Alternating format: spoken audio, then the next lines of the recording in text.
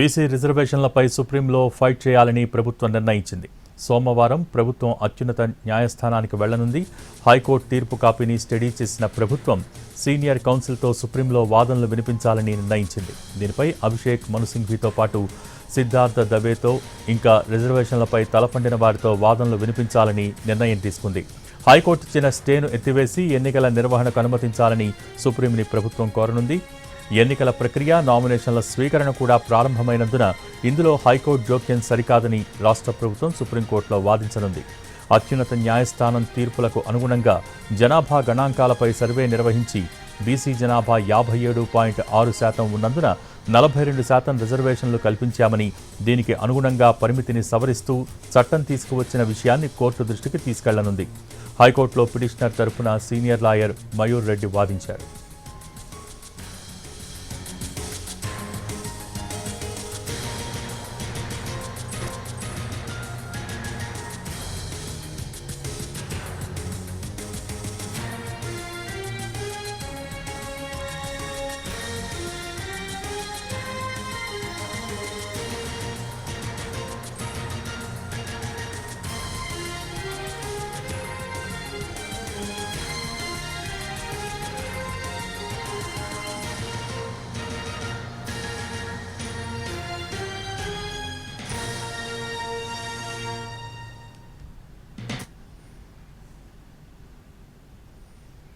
హైకోర్టులో పిటిషనర్ తరపున senior lawyer Mayur Reddy వాదించారు. అసలు హైకోర్టు తీర్పు సారాంశం ఏంటి, హైకోర్టు ఏం చెప్పింది, ప్రస్తుతం జరుగుతున్న పరిణామాలు ఏ విధంగా ఉంటాయి, భవిష్యత్తులో ఎటువంటి చర్యలు తీసుకోవచ్చు, ఇటువంటి వాటికి సంబంధించి మరిన్ని డీటెయిల్స్ అందించేందుకు మా ప్రతినిధి శర్మ ప్రస్తుతం లాయర్ మయూర్ రెడ్డి గారితో ఉన్నారు. మరిన్ని డీటెయిల్స్ అందిస్తారు. Sharma, over to you.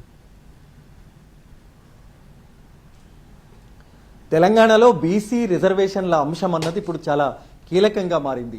BC రిజర్వేషన్లు 42% పెంచడం ద్వారా రాష్ట్ర వ్యాప్తంగా రిజర్వేషన్లు అన్నది 67% పెరిగింది. అంటే సుప్రీంకోర్టు మార్గదర్శకాల ప్రకారం 50% రిజర్వేషన్లు అన్నది మించకూడదు. కానీ 42% బీసీలకు, 25% ఎస్సీ ఎస్టీలకు కలిపి 67% పెరిగింది. దీన్ని సవాల్ చేస్తూనే పిటిషనర్లు హైకోర్టును ఆశ్రయించిన నేపథ్యంలో మధ్యంతర ఉత్తర్వులు వెలువడ్డాయి. అసలు జీవో 9 అంటే 42% బీసీ రిజర్వేషన్లను పెంచుతూ జీవో 9ని ప్రభుత్వం విడుదల చేసింది. అలాగే 41, 42 చట్ట సవరణలు, పంచాయతీరాజ్, మున్సిపల్ యాక్ట్ సవరణలకు సంబంధించినటువంటి జీవో విడుదల చేసింది. ఈ 3 జీవోల పైన హైకోర్టు మధ్యంతర స్టే విధించింది. అసలు ఈ స్టే విధించడానికి గల కారణాలేంటి, అసలు పిటిషనర్ల అభ్యంతరాలేంటి, అభ్యంతరాలను పరిగణలోకి తీసుకున్న న్యాయస్థానం సుప్రీంకోర్టుకు సంబంధించినటువంటి ఏ అంశాలను పరిగణలోకి తీసుకుందనే విషయాన్ని హైకోర్టులో సీనియర్ లాయర్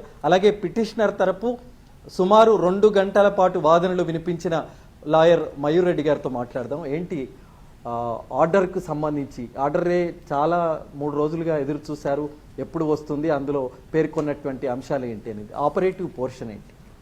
ఆపరేటివ్ పోర్షన్ ఏంటంటే supreme court Vikas Gawali and other judgements, mainly Krishnamurthy జడ్జ్మెంట్స్లో ఇచ్చిన సీలింగ్ లిమిట్ ఏదైతుందో 50%, దాన్ని స్టేట్ బ్రీచ్ చేసి 67% రిజర్వేషన్ ఇచ్చినందుకు కోర్టు ప్రైమా ఫేసి పెటిషనర్స్ ఫేవర్లో స్టే ఇచ్చి ఆ జియోస్ ఏవైతున్నాయో జియో 9, 41 అండ్ 42 అది స్టే చేస్తూ 50% లిమిట్ వరకే ఉండి దాని ప్రకారం ఎలక్షన్స్ చేయమని కోర్టు ఇప్పుడు డైరెక్షన్ ఇచ్చింది.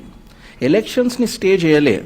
కోర్టు ఏమంటుందంటే 67% రిజర్వేషన్స్ పెట్టి ఎలక్షన్స్ ఏదైతుందో అవి తప్పు, అందుకే సుప్రీంకోర్టు డైరెక్షన్స్ ప్రకారం మహారాష్ట్రలో కూడా అలాగే చేస్తే స్టే చేసిండ్రు.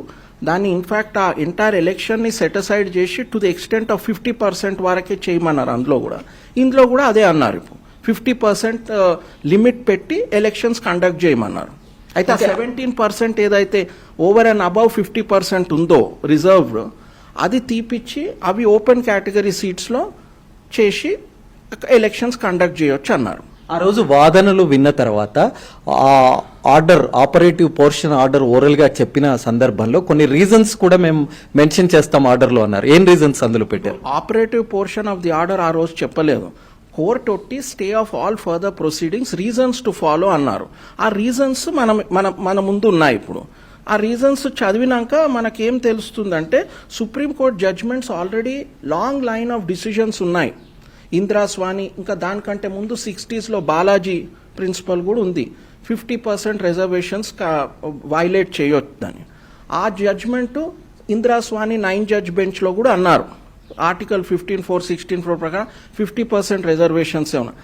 ఆ పాయింట్ని Krishnamurthy and Vikas Gawali decisions mainly follow చేస్తూ లోకల్ బాడీ ఎలక్షన్స్లో కూడా ఆ 50% రిజర్వేషన్ ఏదైతే ఎడ్యుకేషన్ అండ్ సర్వీసెస్లో ఉండేనో లోకల్ బాడీ ఎలక్షన్స్లో కూడా 50% క్యాప్ ఉండాలి అని ఆ కోర్టు చెప్పింది. సుప్రీంకోర్టు 5 జడ్జ్ బెంచ్ కృష్ణమూర్తిలో, 3 జడ్జ్ బెంచ్ వికాస్ గవాలీలో. సో అదే ప్రిన్సిపల్స్ ఫాలో అవుతూ ఈ కోర్టు ఇవాళ అదే చెప్పింది. సుప్రీంకోర్టు జడ్జ్మెంట్ ఫాలో అవుతూ 50% క్యాప్ ఏదైతుందో, లిమిట్ ఏదైతుందో, సీలింగ్ లిమిట్ ఏదైతుందో అది బ్రీచ్ చేయరాదు అని చెప్పింది. ఇప్పుడు ఓకే, అండ్ ఎలక్షన్స్ కండక్ట్ చేయొచ్చు. దానికి సంబంధించి వద్దాం. ఎలక్షన్కి సంబంధించి జీవో 9, 41, 42ను స్టే చేస్తే ఎలా ఎలక్షన్స్ కండక్ట్ చేస్తారు? అంటే ఈ కొత్త రిజర్వేషన్ల ప్రకారమే ఎన్నికలు జరపాలన్నది నిబంధన కదా. అదే ఆ జియోస్ ఏవైతే అలా చెప్తున్నాయో ఆ జియోస్ని కోర్టు స్టే చేసింది. ఎందుకంటే సుప్రీంకోర్టు జడ్జ్మెంట్ ప్రకారం సుప్రీంకోర్టు జడ్జ్మెంట్స్ వైలేషన్లో ఆ జియోస్ వచ్చినాయి. They are violating 50% ceiling limit. So to that extent, court has stayed Geo 9, 41 and 42. అవి స్టే చేస్తే ఒరిజినల్ పొజిషన్ ఏదైతుందో 50% రిజర్వేషన్ ప్రకారము ఎలక్షన్స్ కండక్ట్ చేయొచ్చు అని కోర్టు అన్నది. ఇప్పుడు అంటే ఇప్పుడు ఎలక్షన్స్ కండక్ట్ చేయొచ్చు అంటే ఆల్రెడీ నోటిఫికేషన్ షెడ్యూల్ వచ్చింది, కానీ మరి నామినేషన్లకు ఫస్ట్ దశకు సంబంధించి నామినేషన్ల ఆ టైం పీరియడ్ అన్నది అయిపోయింది కదా. ఈ నోటిఫికేషన్తో ఈ షెడ్యూల్తో మళ్ళీ చేసే అవకాశం ఉంటుందా? చెయ్యాలి. ఇప్పుడు ఎలక్షన్ కమిషన్ హైకోర్టు డైరెక్షన్స్ని ఫాలో చేస్తూ who has followed supreme court directions అంటే లా ప్రకారం ఇప్పుడు ఎలక్షన్ కమిషన్ యాక్ట్ చేసి ఇప్పుడు ఎంటైర్ ప్రాసెస్ని ముందుకు వెళ్ళొచ్చు.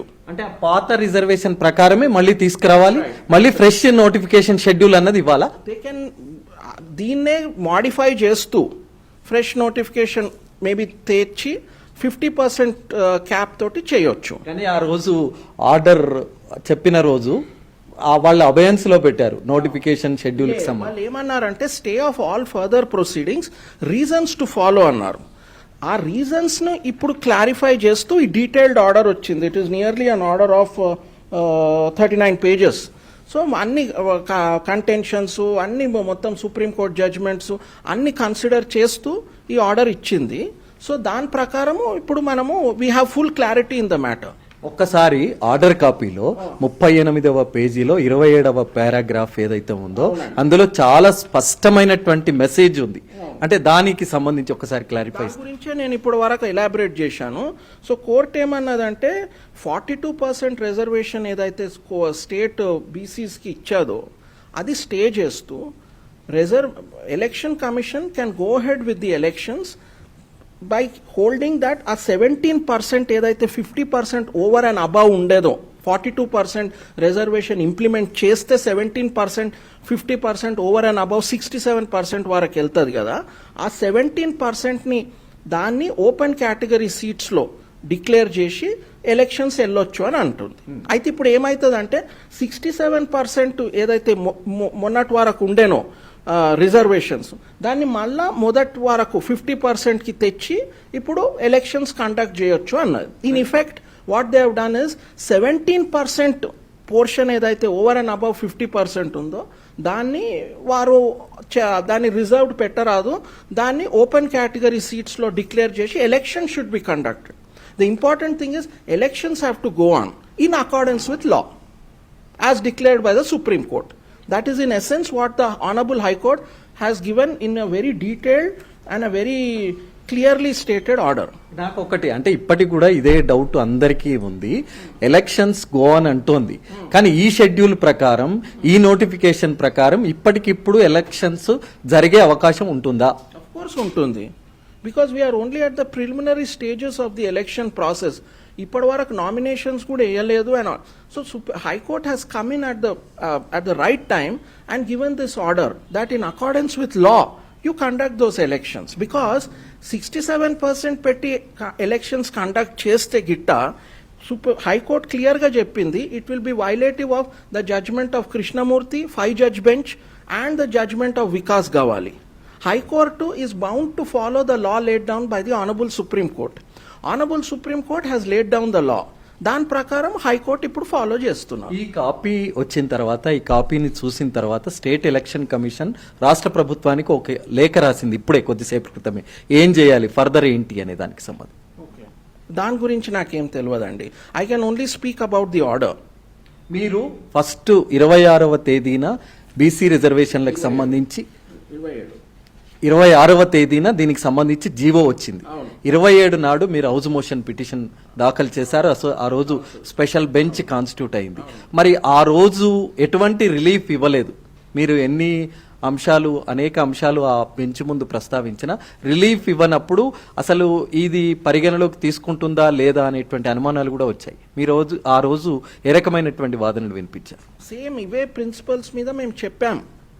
దట్ సెక్షన్ 285 క్యాపే ఈ రోజు వరకు అమెండ్ కాలేదు. సెక్షన్ 285 క్యాపే క్యాపిటల్ ఏ పంచాయత్ రాజ్ యాక్ట్లో 50% క్యాప్ ఉంది. సో స్టేట్ లెజిస్లేచర్ ఓన్లీ దాన్ని బిల్లు ద్వారా దాన్ని అమెండ్ చేసింది. బట్ గవర్నర్ అసెంట్కి ఇంకా పెండింగ్ ఉన్నప్పుడు ఆ లా ఇంకా ఉంది. ఆ లా ఉన్నప్పుడు జియో తేరాదు 50% వైలేషన్లో. అవన్నీ మేము చెప్పాము అండ్ సుప్రీంకోర్టు జడ్జ్మెంట్స్ కూడా చెప్పాము. కానీ కోర్టు ఏమన్నదంటే నోటిఫికేషన్ రానియండి, నోటిఫికేషన్ వచ్చినాక కూడా మీరు జియోని ఛాలెంజ్ చేయొచ్చు అని స్పెసిఫిక్ ఆర్డర్ ఇచ్చింది ఆ రోజు. అయితే ఆ ఇష్యూ 8th నాడు మనము చేశాం. మీరు ఆ రోజు వాదనలు వినిపించినప్పుడు న్యాయమూర్తి ఒక ప్రశ్న మిమ్మల్ని వేశారు.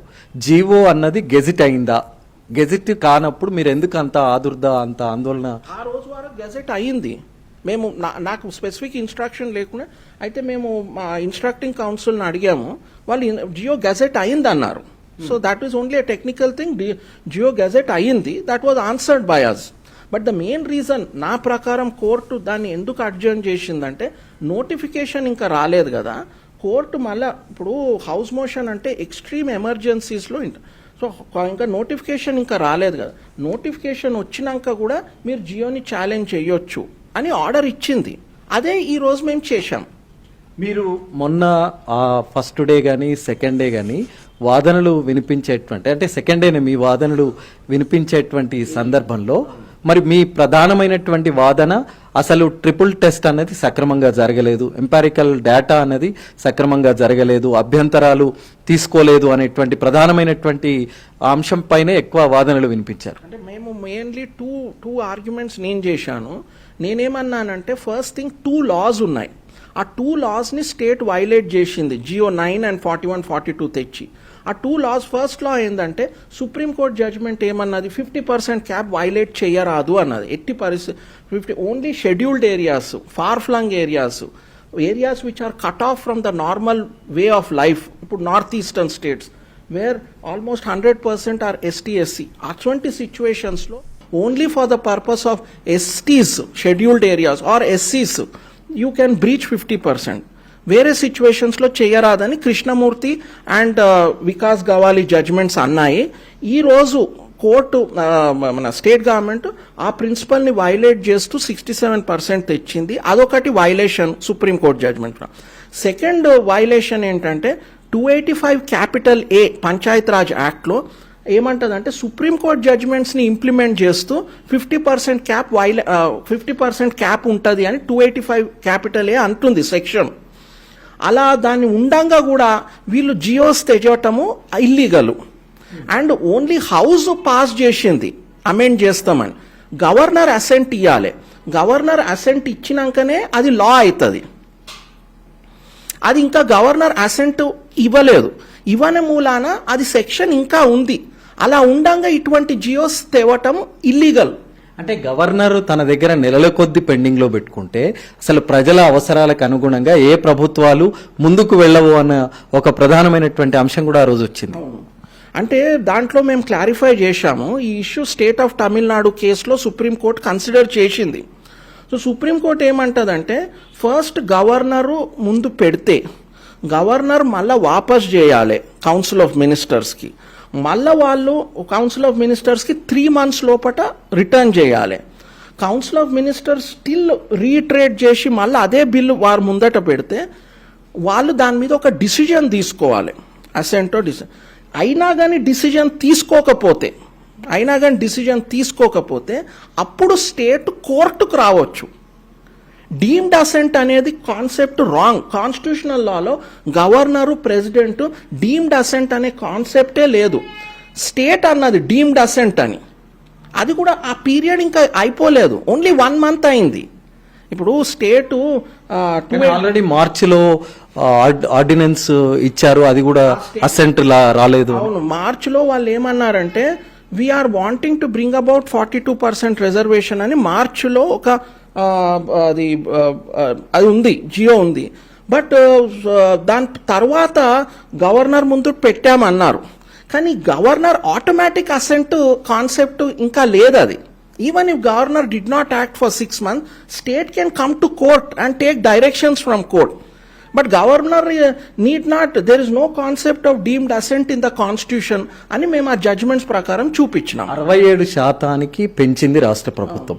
మరి రేపు గవర్నర్ ఆమోదం తెలిపితే, దీనికి చట్టబద్ధత కల్పిస్తే అప్పుడు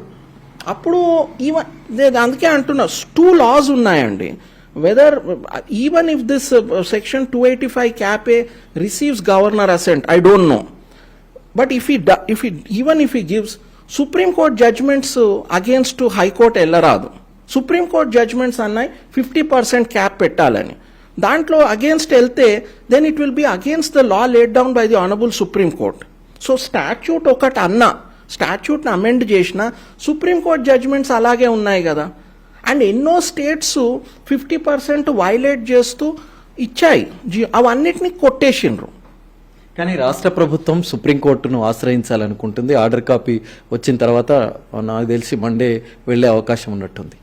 అది మీరు దాన్ని ఎట్లా కంటెస్ట్ చేస్తారు? అంటే అది వాళ్ళ డిసిజన్ అండి. వాళ్ళు సుప్రీంకోర్టుకి వెళ్ళరా అది వాళ్ళ డిసిజన్.